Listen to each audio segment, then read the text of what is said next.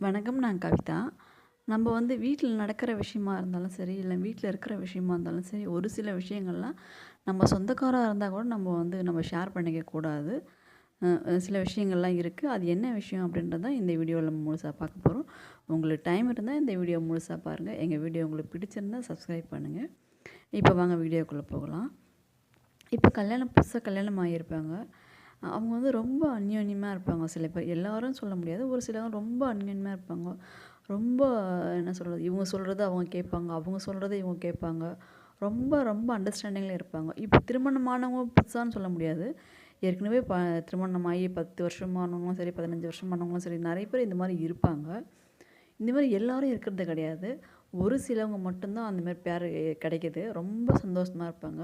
ஒருத்தருக்கு ஒருத்தர் விட்டு குடுப்பாங்க. ஒருத்தருக்கு ஒருத்தர் அட்ஜஸ்ட் பண்ணி போவாங்க. ரொம்ப அந்யோன்யமா இருப்பாங்க. இந்த மாதிரி அந்யோன்யமா இருக்கிறவங்க, அவங்க யார்கிட்டயுமே நீங்க சொல்லிக்காதீங்க. நாங்க இவ்ளோ அந்யோன்யமா நாங்க இருப்போம். இந்த மாரி விட்டு குடுத்து போவோம். என் மேல அவ்ளோ அவ்ளோ அன்பா இருக்காங்க. என் ஒய்ஃப் அவ்ளோ அன்பா இருக்கா. என் ஹஸ்பண்ட் அவ்ளோ அன்பா இருக்காங்க. அந்த மாரி யார்கிட்டயுமே நீங்க சொல்லாதீங்க. ஏன்னா இந்த மாரி எல்லாருக்குமே கிடைக்கிறது கிடையாது. யாரோ ஒரு சிலவங்க தான் இந்த மாரி இருப்பாங்க. அதனால அவங்களுக்கு ஒரு மாரி பொறாம வரும். நமக்கு இந்த மாரி ஒரு வாழ்க்கை கிடைக்கலையே! நமக்கு இந்த மாரி ஒரு ஹஸ்பண்ட் கிடைக்கலையே! நமக்கு இந்த மாரி ஒரு ஒய்ஃப் கிடைக்கலையே! அப்படின்னு நினைப்பாங்க. அது சொந்தக்காரங்களா இருந்தாலும் சரி, இல்ல கூட பொறந்தவங்களா இருந்தாலும் சரி, எல்லாருக்குமே ஒரு மனசுக்குள்ள ஒரு எண்ணம் வரும். இவங்க நல்லா வாழுறாங்களே! இவங்க ஹஸ்பண்ட் அண்ட் ஒய்ஃப் நல்லா இருக்காங்களே! நல்லா புரிஞ்சுக்கிட்டாங்களே! நம்ம வாழ்க்கை இந்த மாதிரி இருக்கே! அப்படின்ட்டு மனசுக்குள்ள யாரா இருந்தாலும் சரி, ஒரு சின்ன ஒரு தடுமாற்றம் வரும். அதனால உங்களோட அந்யோன்யம் எப்படி இருக்கு அப்படின்றத உங்களோட நீங்க வச்சுக்கோங்க. நீங்க அத யார்கிட்டயுமே நீங்க ஷேர் பண்ணாதீங்க. அதனால அவங்க திருஷ்டி பட்டுச்சுன்னு சொல்லுவாங்க. அந்த மாரி உங்களுக்கு கண் திருஷ்டி பட்டு உங்களோட வாழ்க்கைக்கு ஏதாவது ஒரு பிரச்சனை வரலாம். இதனால தேவையில்லாத பிரச்சனைகளும் வரதான் செய்யும். அதனால இந்த விஷயத்த நீங்க யார்கிட்டயுமே நீங்க சொல்லாதீங்க. அதே மாதிரி நீங்க காஸ்ட்லியா ஏதாவது சாரி வாங்கியிருக்கீங்க அப்படின்னா, அந்த விஷயத்த யார்கிட்டயுமே நீங்க ஷேர் பண்ணாதீங்க. அதேமாதிரி பீரோவ தொறந்தும் காட்டாதீங்க. நான் இவ்ளோ சாரி வச்சுருக்கேன், இவ்ளோ ட்ரெஸ் வச்சுருக்கேன், இவ்ளோ நகை வச்சுருக்கேன் அப்படின்ட்டு யாராவது வந்திருந்தாங்களா, உங்க ரிலேட்டிவோ யாரா இருந்தாலும் சரி, கொண்டு போய் பீரோவ தொறந்து காட்டுறது, அந்த மாதிரிலாம் காட்டாதீங்க. அதேமாதிரி நம்ம வீட்டுக்கு வரவங்க எல்லாருமே ரொம்ப நல்ல மனசோடு தான் வராங்களா அப்படின்றது நமக்கு தெரியாது இல்லையா? சொந்தக்காரங்க தான். பட் இருந்தாலும் சரி, அ அ நம்ம எல்லாருக்குமே நம்மள பிடிச்சவங்கன்னு சொல்ல முடியாது. நம்மளுக்கு பிடிச்சவங்களும் இருப்பாங்க, நம்மள பிடிக்காதவங்களும் இருப்பாங்க. நம்ம சொந்தக்காரங்களுக்கு எல்லாருக்குமே நம்மள பிடிச்சிருக்கும் அப்படின்றது எந்த அவசியமும் கிடையாது இல்லையா? அதனால எல்லாருக்குமே நம்ம எல்லா விஷயத்தையும் நம்ம சொல்லணும் அப்படின்றது எந்த அவசியமும் கிடையாது.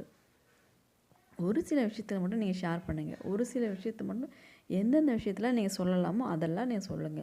மத்தபடி இப்போ உங்க வீட்ல ஏதாவது காஸ்ட்லியான பொருள் நீங்க வாங்கியிருக்கீங்க அப்படின்னா, அந்த விஷயத்த நீங்க ஷேர் பண்ணாதீங்க.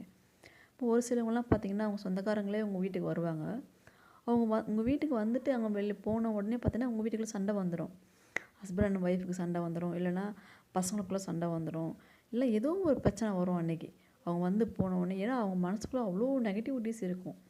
நீங்க அத வச்சே தெரிஞ்சுக்கலாம் நீங்க. ஓ! இவங்க இந்த மாரி நமக்கு செட் ஆக மாட்டாங்க போல இருக்கு. இவங்க சிரிச்சு சிரிச்சு பேசுறாங்க. ஆனா மனசுக்குள்ள இவ்ளோ எண்ணம் வச்சிருக்காங்க அப்படின்றத நம்ம அப்பவே தெரிஞ்சுக்கலாம். அவங்க வந்துட்டு போன உடனே அதோட வைப்ரேட் நமக்கு தெரியும் நல்லா. அதில வச்சே நம்ம தெரிஞ்சுக்கலாம்.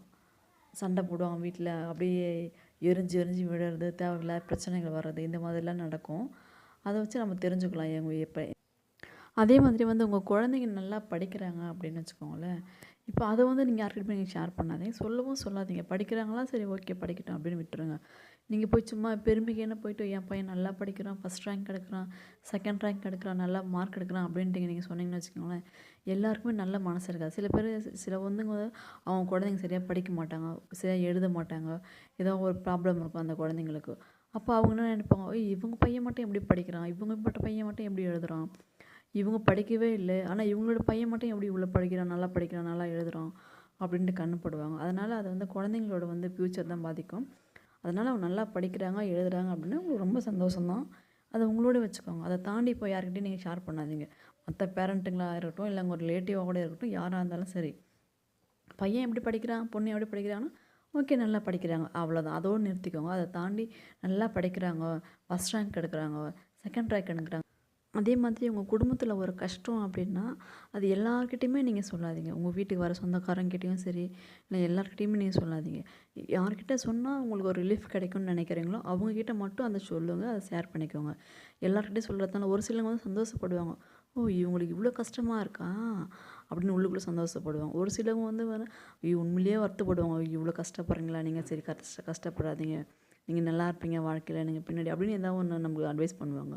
அதனால் எல்லாருமே நல்ல மனசோடு இருப்பாங்க, நம்ம சொல்லவே அதே மாதிரி உங்கள் சொந்தக்காரங்க யாராக இருந்தாலும் சரி, உங்களோட நகைங்கள்லாம் நீங்கள் வந்து அவங்களுக்கு கொடுக்கவே கொடுக்காதீங்க.